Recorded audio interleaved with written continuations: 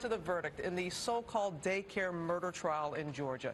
Hemy Neuman found guilty of murder on Thursday for gunning down his alleged romantic rival after claiming that spirits in the form of Olivia Newton-John and Barry White inspired him to kill.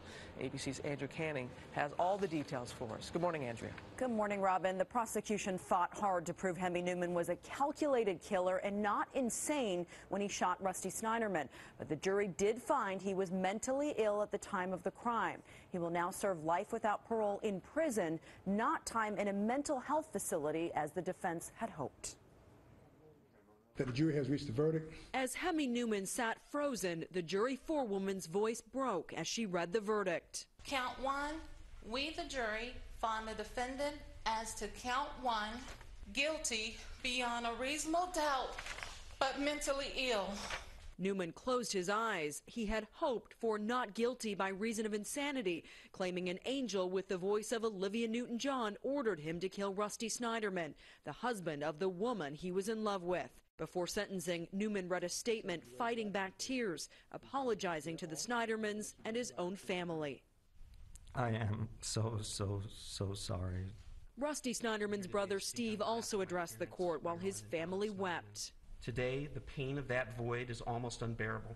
We look to this court to provide us with some small measure of comfort in knowing that this man, lawfully convicted of killing Rusty Sneiderman, will never walk among us again. The prosecution called Andrea Sneiderman, Rusty's widow and Neuman's alleged lover, a co-conspirator in all this.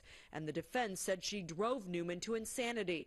He claimed angels and demons told him her children were his own and he needed to protect them from Rusty. The prosecution called him a fake, and even his own wife broke her silence Thursday to the Atlanta Journal-Constitution, saying, quote, "He's not crazy, he's a faker. He did something so bad, he has to pay for it. I have no mercy, not for him." Even after the verdict was read, the defense continued to place blame on Andrea Sneiderman.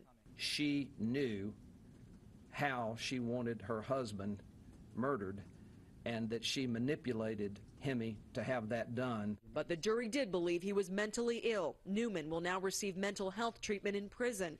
The judge had these final words. You have indicated today you were sorry for the tragedy, but at least based upon the finding of the jury and everything I've heard, this situation was brought about by your hands.